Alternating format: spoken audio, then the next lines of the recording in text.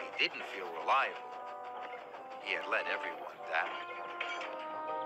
She was waiting as he pulled into the yards. Molly was bright yellow. She had great big wheels and a shiny funnel. She looked very smart. "Hello," Thomas puffed cheerfully. "Hello," Molly chuffed back. Molly looked sad. "What's the matter?" asked Thomas. "Emily laughed at me because I have to take empty freight cars to the coaling plant," Molly puffed sadly. "I want to take full freight cars like a really useful engine." This made Thomas feel sad. How can I help Molly feel important, he thought to himself. Then he saw some tarps flapping in the wind. This gave Thomas an idea. "I know what we can do," puffed Thomas. Molly reversed the empty freight cars into a siding. Thomas asked Molly's driver to cover her freight cars with the tarps. "With your cars covered up, no one will know they are empty," puffed Thomas. "We can make everyone think you're carrying a special delivery." "Then I will feel important," Molly chuffed cheerfully. Soon, Molly's freight cars were decorated with the beautiful lanterns. She was taking the cars to the coaling plant for a very important job. "Your freight cars look very special now," puffed Thomas. "You must go through Abbey Station. Lots of engines will be there to see you."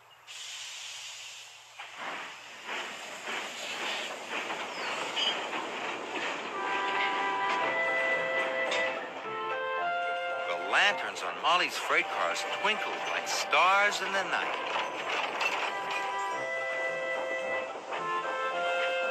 When Thomas and Molly arrived at Abbey Station, Emily, Percy, and Gordon were waiting. Percy gasped. "Ooh, she looks magnificent," exclaimed Emily. And for the first time since she'd been on Sodor, Molly felt special, but not for long. A strong gust of wind. Molly felt silly and not very important at all. So she puffed away as fast as she could.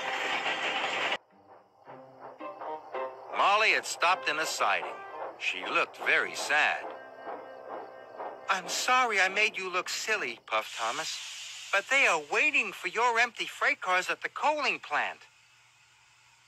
"But I've nearly run out of coal," moaned Molly. "Don't worry," puffed Thomas. "I can help you get there." So Thomas pushed and Molly pulled. Thomas and Molly worked together. And they arrived at the coaling plant in no time at all. There were lots of engines waiting for them. They all needed. Molly felt so proud it made her axles tingle. "We need even more freight cars," chuffed Henry. "I'll get them," Molly chuffed cheerfully. "And I'll help," puffed Thomas. Molly filled up with more coal, then Molly and Thomas raced back to the yard. They collected some more empty freight cars, and they puffed quickly away.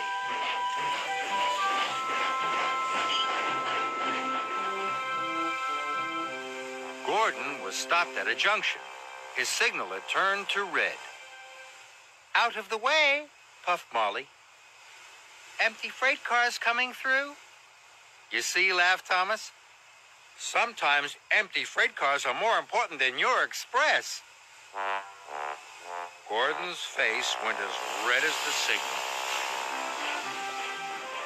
And Molly felt more special than special.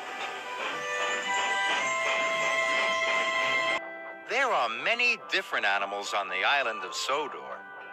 There are deer, strong Henry. Winter was coming to the island of Sodor. Summertime on the island of Sodor. The engines were very busy.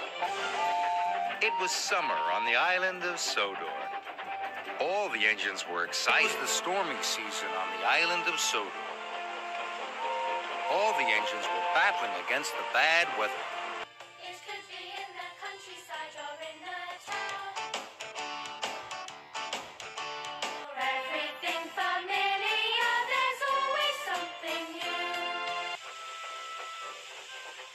the line, Emily and Whiff passed more engines. Henry puffed up the line. He saw pipes across the track. They were blocking his way. I thought you were collecting presents, chuffed Molly. You're supposed to be at the airport, snorted James. Edward has my lucky trucks, whistled Henry. I must find him. Don't worry, called Rocky. I'll have the line cleared in no time. Henry waited sadly as Rocky lifted the pipes from the tracks. Then he chuffed on to find Edward and his lucky trucks. Thomas raced round a bend. Be careful, Thomas, Molly tooted. The wind is filling the boat's sails. But Thomas whooshed by so quickly he didn't hear her. There would be picnics all over the island. And Ben told Molly. They cheered and they whistled, they felt so jolly. Sodor Day arrived. Stanley chuffed proudly in with the mare. Thomas was pleased for his friend. The mare, Sir Topham Hatt, and Lady Hatt stood by the new tower. It was Jeremy. He flew high in the sky and over the town of Great